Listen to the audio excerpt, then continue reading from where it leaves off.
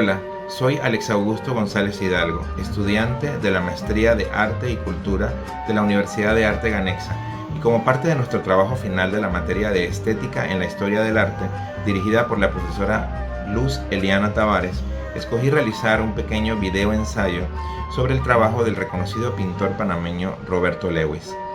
Basado en el método histórico-sociológico y en base al rasgo de arte y belleza, escogí el trabajo del pintor panameño Roberto Lewis, quien, entre otros tantos trabajos, fue el pintor de las obras que adornan el Teatro Nacional de Panamá y las cuales fueron restauradas hace algunos años.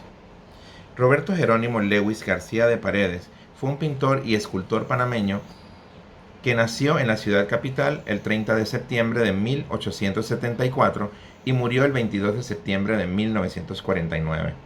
Hizo sus estudios primarios en una escuela regentada por monjas católicas y comenzó los estudios secundarios en el Colegio de los Hermanos Cristianos. Su familia lo envió a París, donde terminó su educación secundaria. Regresó a Panamá, donde se dedicó a los negocios de su familia. Después de una breve estadía, regresó a París, donde estudió con el pintor academicista Léon Bonnat y después con el post-impresionista Albert Dubois-Pillet.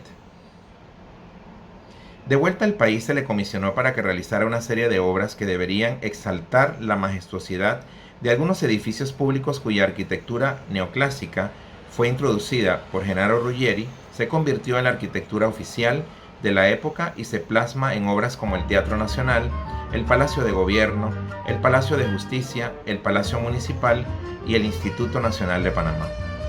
El clasicismo de Lewis será paralelamente la pintura oficial de la época y dará inicio a una expresión singular de la pintura en Panamá. Desde ese periodo, en 1907, data el telón de boca, el plafón y el foyer del Teatro Nacional. Estos trabajos demuestran una rara maestría del dibujo y el escorzo, sobre todo en el encadenamiento circular del uso de cuerpos seráficos que se elevan para festejar el nacimiento de la República. Lewis demostró una excelente disposición para el paisaje y el retrato, trabajos en los cuales se desembarazó de las exigentes cánones del clasicismo. En 1936 pintó una serie mural en el aula máxima de la Escuela Normal Juan Demóstenes Arosemena, en la que trató de plasmar la historia de la humanidad, pero esa obra quedó inconclusa. El arquitecto peruano Leonardo Villanueva Meyer siguió el patrón de Ruggeri y se convirtió en el arquitecto oficial del gobierno. Plasmó su estilo en el edificio de los Archivos Nacionales, la antigua Casa Arias Ferrot, la Casa de la Municipalidad y el Palacio de Gobierno, o lo que se conoce hoy como el Palacio de las Garzas, donde colaboró con Roberto Lewis, quien confeccionó todos los frescos, destacándose los del Salón Amarillo y los del Salón de los Tamarindos, basados en los árboles de tamarindo de la isla de Taboga. Realizó los retratos de todos los presidentes de la República desde 1904 hasta 1948. Sus obras más importantes se conservan en la Presidencia de la República, en el Teatro Nacional y en el aula máxima de la Escuela Normal Juan Demóstenes Arosemenas en Santiago, en la provincia de Veraguas. Este fue su último trabajo, pero quedó inconcluso. Su pintoresca cabaña en la isla de Taboga forma parte también del conjunto monumental histórico de Taboga, decretado mediante la Ley 6 del 13 de marzo del 2012. Lewis, además de pintor, fue escultor, y en La Chorrera se encuentra instalado un busto del poeta panameño Tomás Martín Feuillet, y en el cuartel general del Benemérito Cuerpo de Bomberos de Panamá se halla también el medallón del gobernante panameño Ricardo Arango.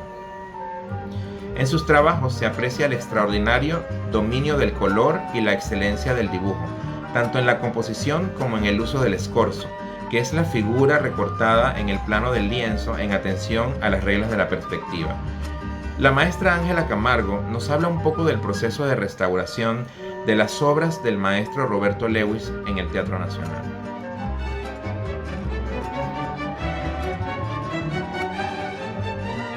En la más reciente restauración del teatro se ha intentado corregir los errores del pasado, sobre todo cuando se trata de la obra del maestro Roberto Lewis. Todo tenía como 7 o 8 capas de repintes. Por ejemplo, las máscaras. Son 51 máscaras que tú ves aquí alrededor y que tienen foquitos abajo en las guirlandas.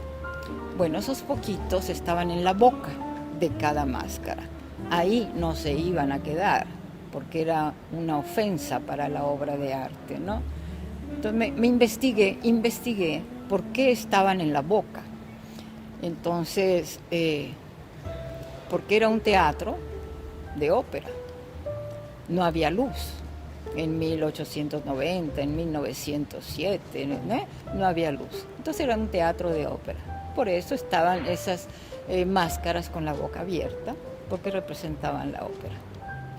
Cuando llega la luz, y todo era con lamparitas de gas y etcétera, ¿no? Pero se cantaba ópera. Cuando llega la luz, le dicen al maestro, que todavía estaba con vida, le dicen: maestro, ¿por qué no le ponemos luz a su tela de la bóveda para iluminar un poco y darle un anillo de luz? A Lewis se le hizo muy bien. Estas historias me las contaron a mí, ¿no? Yo no lo sabía. Entonces, con la luz de las bocas se le hizo el anillo, ¿no? Que se hablaba de un anillo. Empezamos a lavar la superficie. ¿Qué quiere decir lavar la superficie? En tanto, son 15 secciones. Observa bien que son 15 secciones de 9 metros. Y esas 15 secciones llegaron enrolladas una por una, porque eso lo hizo Lewis desde París, en Francia.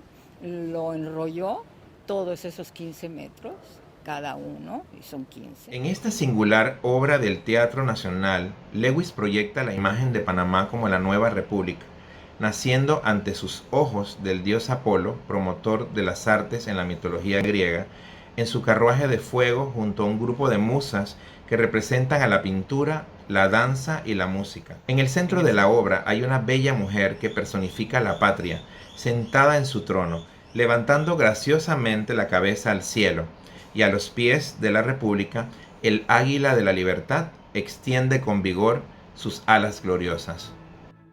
Si te fijas en los colores de Lewis, parecen acuarelas. No son acuarelas. Es óleo. Todo eso es óleo. Y es un óleo aplicado con una maestría que te da la sensación de acuarela. Y eso es lo que ilusiona tanto, ¿no? Que sea tan bello como lo ves ahora, ¿no? Los colores son espectaculares y luego los dibujos del maestro. Fíjate en los desnudos de sus mujeres. Yo lo llamo sus mujeres porque debe haber amado a las mujeres increíblemente. Fíjate en las que están en el invierno, en la noche. Porque este es el día. Estamos en el día. Vete a la noche. En la noche hay mujeres danzando en el espacio, desnudas. Hay una violonchelista, hay una que danza, y a mí siempre me emocionó y me fascinó la perspectiva y cómo la distribuye, y sus personajes, y la pincelada. Tú fíjate en la arpía, que la tienes aquí arriba. Fíjate en la República y ese manto blanco con sombras azules. O sea, genial. Pocos pintores han hecho eso en Panamá. En este proyecto toda la restauración ha sido llevada por Ángela Camargo, que es nuestra maestra restauradora, y ha sido entonces la responsable por rescatar pues, la parte pictórica del edificio. Ella trabajando con el doctor Jacinto Almendra, es nuestro maestro restaurador en cristalería y metales. Pedí naturalmente una rana, todavía había sillas, pero ya estaba en proyecto restaurarlo, y la rana cupo por el centro y subí en la rana para ver lo más cerca posible los lienzos de Roberto Lewis. Desastrosos. Digo, había unas zonas que estaban abombadas y había zonas que estaban muy sucias y se veía de cerca que estaba en terribles condiciones. Lo escribí, lo puse y entonces empezó la carrera para querer hacerlo. Dice, ¿nos puede hacer el presupuesto? Hice el presupuesto y lo aceptaron. El andamio llegaba hasta que yo pudiera tocar con la mano así los lienzos. Cautiva el singular uso que el artista hace de la alegoría como recurso estético de simbolización, muy propio del estilo neoclásico francés de la época. En efecto, las obras del Teatro Nacional fueron realizadas por Lewis entre 1907 y 1911 en su estudio de París, Francia, y luego trasladadas a Panamá en barco para su instalación. Por otro lado, la extraordinaria obra muralista de Roberto Lewis también puede apreciarse en el Salón Amarillo de la Presidencia de la República, donde se destacan, en cambio, los temas del descubrimiento del Mar del Sur, el periodo de la conquista española, la fusión de las razas, la independencia y el tema del trabajo. En el comedor principal, los murales están basados en la temática de la pesca y la caza. En ese afán por el ejercicio del muralismo como técnica de expresión, encuentra en la obra de Lewis una particular forma de exaltar sus propias dimensiones del mundo y de la historia, por supuesto, con marcadas diferencias conceptuales si los comparamos con el muralismo, por ejemplo, del mexicano Rivera, Orozco o Siqueiros. Los temas míticos, épicos, religiosos y humanistas que matizan la serie de pinturas y murales en el aula máxima de la Escuela Juan Demóstenes Arosemena en Veraguas, que datan de 1939, son una prueba de lo antes dicho. Esta serie inconclusa de murales en Santiago de Veraguas, titulada La evolución de la humanidad, constituyen una demostración reiterativa de trazos y desborde de color, que es lo que identifica la obra de Lewis. En esos murales se crean escenas que van desde el descubrimiento del fuego hasta el presente. Lewis, incluso cuando falleció, deja un legado significativo en el arte panameño. Cuando se realice para la posteridad quizás una ponderación mucho más sistemática de su obra, considero que los críticos van a poder invariablemente estar de acuerdo en aceptar que la serie Los Tamarindos de Taboga, que fue hecha en 1938, constituye quizá el trabajo más sublime y emblemático del autor. La pintura de estos árboles refleja un aspecto personal y más íntimo de Lewis, quien por cierto tenía una casa en la isla de Taboga y disfrutaba allí sus ratos de ocio. En esta serie se percibe de una manera muy especial su pasión por registrar los enigmáticos efectos de la luz y sombra sobre los tamarindos, algunos de los cuales aún se pueden encontrar en el patio del Hotel Taboga. Lewis reprodujo aquellos árboles trabajando al aire libre y creando representaciones repetitivas bajo diversas luces, como por ejemplo con el sol brillante, con la luz del atardecer y frente al cielo gris de una tarde lluviosa.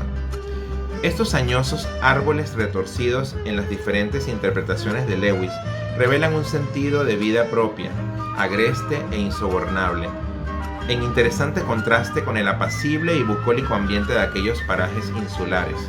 Sus temas costumbristas, impregnados de la luminosidad y la frescura del trópico, invaden todo el recinto. Roberto Lewis falleció el 22 de septiembre de 1949 a los 74 años.